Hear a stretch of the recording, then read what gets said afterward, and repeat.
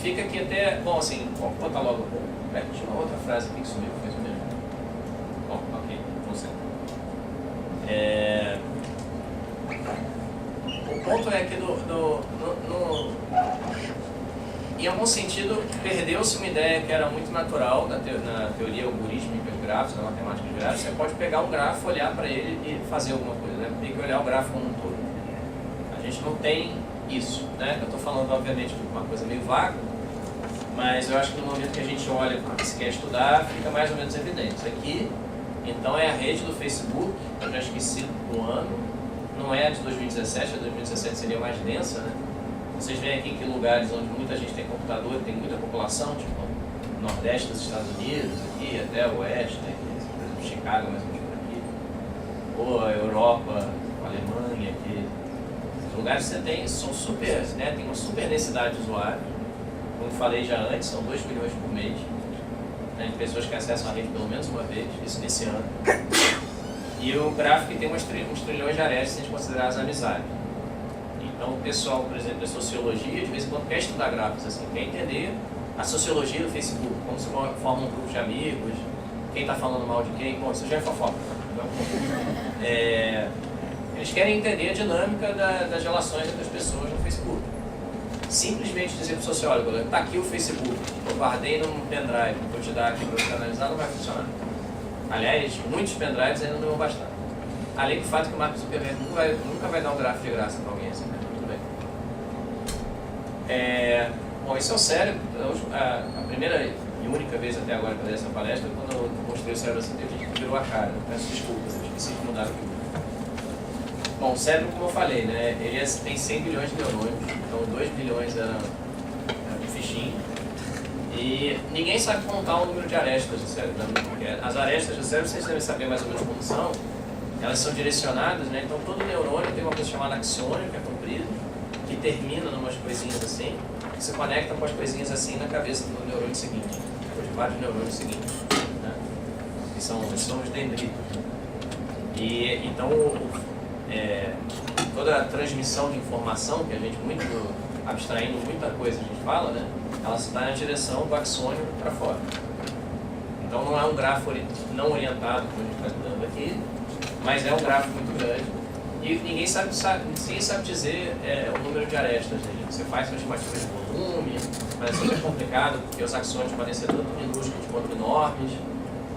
Então tem essa incerteza aí entre 100 trilhões e 1 quatrilhão de arestas. Bom, tá. Tem vários problemas associados a esses gráficos, um de que, por exemplo, a Florência já teve que se deparar com ele, é que o cérebro, por exemplo, é um grafo dinâmico. As conexões, o peso das conexões muda com o tempo. O próprio Facebook também, certamente é dinâmico. De quem você é amigo vai evoluindo com o tempo. Então, as amizades entram, outras saem. Mas esse não é o problema mais sério. O problema mais sério é que a simples operação de armazenar o gráfico já é complicada, né? Quer dizer, quando você tem um algoritmo, como eu estava falando, a abstração supõe memória infinita, então o gráfico que você quer analisar está lá na memória e você vai fazer alguma coisa com ele, né? Mas isso você já tem que fatorar esse custo, você tem que levar em consideração esse custo, se você quiser trabalhar com um gráfico muito grande. Senão a teoria não faz sentido na prática. E aí, como eu falei antes, essa era a frase que eu achei que tinha sumido, só que eu tinha esquecido que ela estava aqui. Não existe essa ideia de simplesmente você olhar para o gráfico. Assim, o gráfico não está dado ali para você de uma forma acessível. Possivelmente, como eu falei no caso do Facebook, inclusive está espalhado por vários computadores, por vários servidores, cada pedaço dele está num lugar. Então a operação, talvez você perguntar quem são os vizinhos desse cara, talvez seja uma operação custosa. Então, um computador tem que falar com o outro com uma rede grande. Aí, bom, essa frase é quase uma filosofia de vida para mim. Assim, né? Eu tento fazer as coisas, não consigo, aí eu troco de coisas para fazer, pelo menos um pouquinho. Tem uma versão mais pictórica dela. Esse desenho não ilustra exatamente o princípio, mas é que se você tentou mirar a flecha no alvo e errou, você desenha um outro alvo ao redor da sua flecha. Bom, mas enfim, eu acho que é um caso que não sou só eu, acho que o mundo, sendo meio bombástico assim, tem que se preocupar então como é que a gente vai, se a gente tem interesse em estudar esses gráficos grandes, seja Facebook, seja cérebro, seja qualquer coisa, a gente tem que pensar melhor no que a gente está fazendo, a gente não pode usar os parâmetros de sucesso e fracasso que a gente usava para grafos, vamos chamar de pequenos. Então, a primeira coisa eu já falei, já se fazia isso na teoria de grafos usual, mas aqui vai ser mais necessário ainda, em algum sentido. E é o seguinte, a gente não vai estar preocupado com algoritmos. Bom, só para dizer, o problema modelo que eu vou usar, e é meio estranho ser um problema, é contar o número de vértices de um grafo. Mas o ponto que a gente vai tentar contar sem ver o grafo todo. Depois a gente vai explicar. A gente quer que as coisas deem certo com probabilidade alta, não sempre. Né? Isso já enfraquece o objetivo. E a gente vai ver que a complexidade do algoritmo pode depender do grafo. O que isso significa eu vou falar mais adiante. Tá? Mas a gente vai restringir bastante os poderes do algoritmo. Então o algoritmo vai ser parecido com uma pessoa andando no labirinto, né? A gente está vendo o labirinto de cima. A gente sabe para onde as coisas vão. Ele não. O que ele está vendo é o seguinte, ele tem um acesso local ao labirinto, que é o grafo. Ele sabe se ele já esteve no ponto que ele está antes, né? Ele pode marcar, por exemplo, no chão, cada vez que ele anda. Vamos pensar que os vértices são as esquinas do labirinto. E as arestas são as conexões entre elas. Cada vez que ele chega numa esquina, ele pode anotar quantos passos ele já deu, quantas esquinas ele já visitou. E aí ele vê o que ele anotou em rodadas anteriores. Então ele sabe quantas vezes ele esteve ali. E além disso, ele vê quantos vizinhos tem, para quantos lugares você pode ir a partir daquela esquina. Então, normalmente, aqui você tem duas direções possíveis, tem pontos em que você tem três, cadê? Tem um ponto de três aqui, Poxa, perdi. Não vou passar o resto da palestra procurando, mas eu tenho certeza que tem um ponto de três.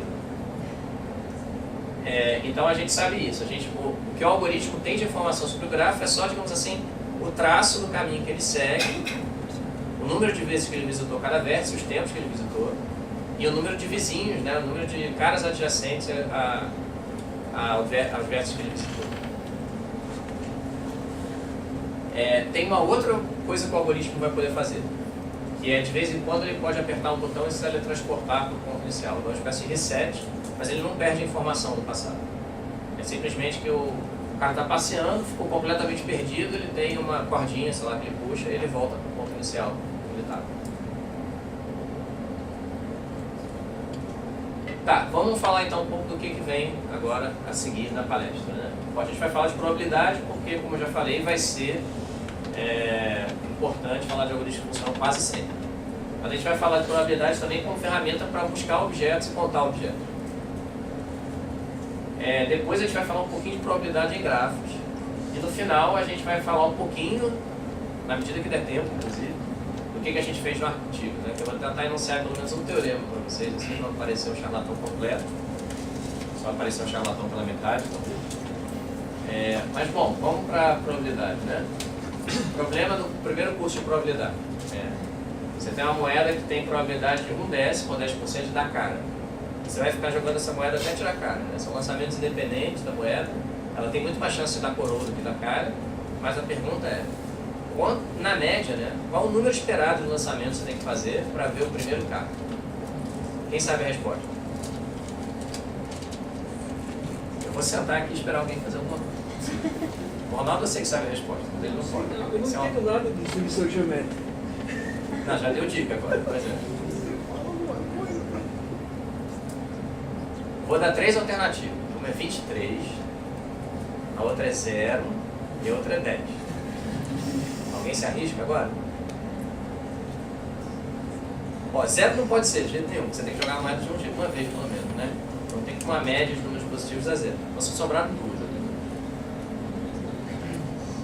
Vocês têm que lembrar que eu tenho um raio laser aqui na minha mão. Posso atirar isso no olho de alguém. Agora já até apareceu a resposta. Assim, quando não vai por bem, vai por mal, né? Você tem que começar... A resposta é essa aqui. São 10 lançamentos. Essa é uma continha que você faz com a tal da distribuição geométrica, né? A distribuição geométrica é o que acontece, por exemplo, se você imagina que, né, cada vez que... as pessoas falam uns exemplos meio engraçados em livros de probabilidade. Você não lembra que eu vi com lâmpada. Você imagina que cada vez que você liga a lâmpada tem uma chance dela queimar, independente das anteriores.